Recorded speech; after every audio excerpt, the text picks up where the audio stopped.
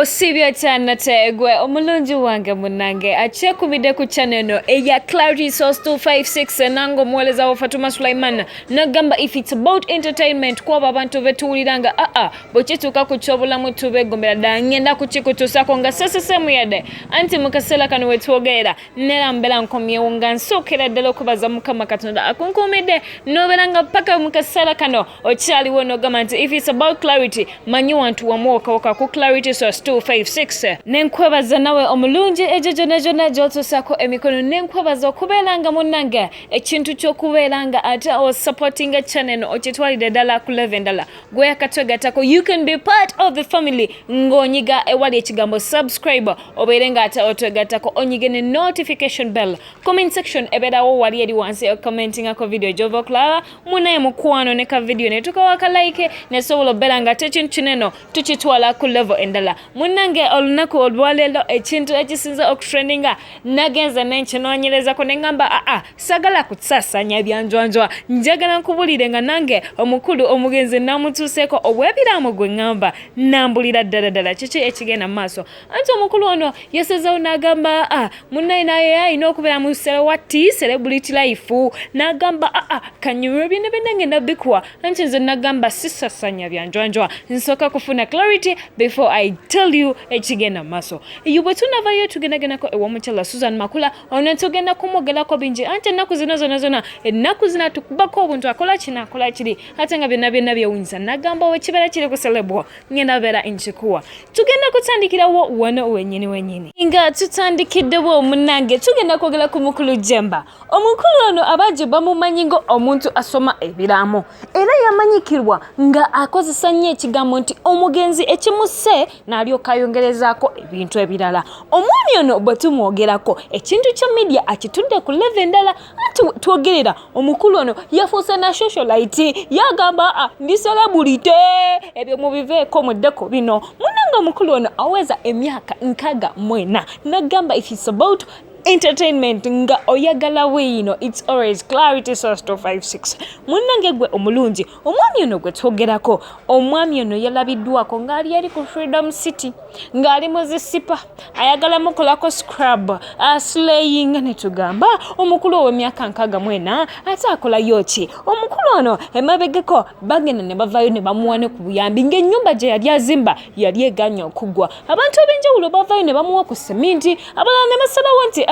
katumuone ku mmere omukulu ono amawulire gatuka ku deski yaffe ne gatutegeeza nti omukyala gwe yali amaze naye emyaka emiyitirivu mu kaseera ko yali ayawukanye naye era nga kiteeberezebwa nti kino kyava ku nsonga nti okubeera nga yali atandise oyingiza ku teeku kathente munaye wetogera omukulu ono yalabiddwako ku Freedom City nga bwe nkutegeeza ng'alina ekijujjulu ekito ekimyulo ekyerusa bannanga omukulu ono yanyumiddwa yena agamba nti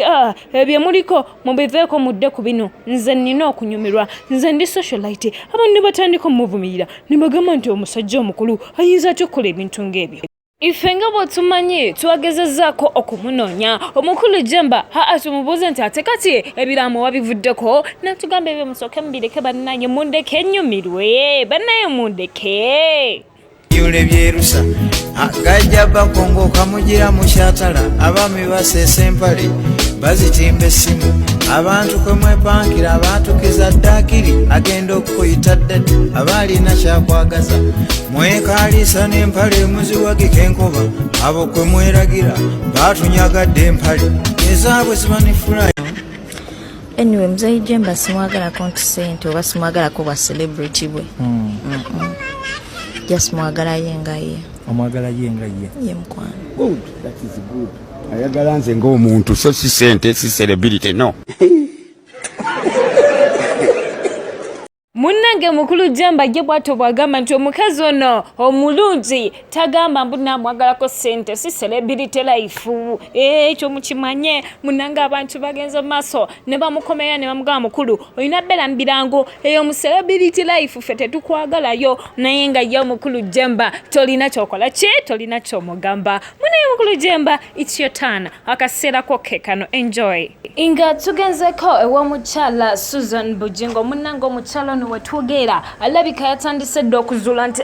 bano bakwano bange balabika bagwa ku side ya timu no divorce bwetugera ku timu no divorce tutegezo omuchala Teddy Bujjingo anti munange wetugera mu kasela kano kenyini byawadde ku show eno eberawo ku Soul TV munange bagita The Junction show eno ebere yogera ku nsonga ezenjawulo ezigenda maso mu bulamu bw'abantu bonna munange omu ku bantu bakola nabo amanyikiddwa nga Antisu yigenze namubuza kibuzo namugamba nti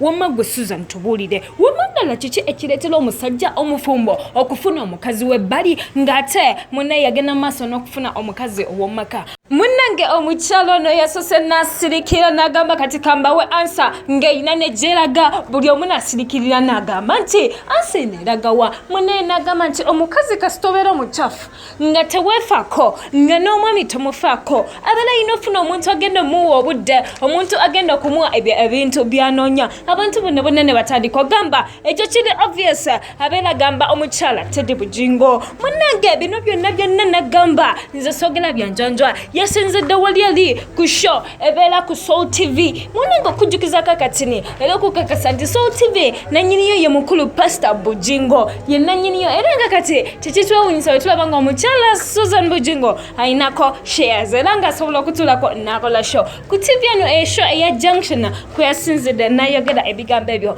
naye nga katulinde kaliwo kanaabeerazaako anti naye yagamba tagenda kutuula paka ng'ekintu kino kifuuse official wabale kubeera omulungi wange nga ate ogoberedde okuva gye twotangerekedde paka wano wetutuuse nga tugamba okay katutigale webale kubeera omulungi nkujjukiza nti gwe atanaba kusubscribinga please subscribe onyigene notification bell towerabira okommentinga mu comment section video era munange ka like tokerabira nagamba wobeera nga oyagala okumanya ekyo kyenyini ekikwata ku muntu oyo ali mu bulamu obw'enjawulo gw'oyinza okuyita celebrity socialite oyina kwekwata fefeka wano wenyini ku Clarity Source 256 nange omuweereza wo Fatuma Sulaiman sijja kubeera nga nsukka wano omulungi nkwagaliza ekisinga see you then bye ciao beera bulungi.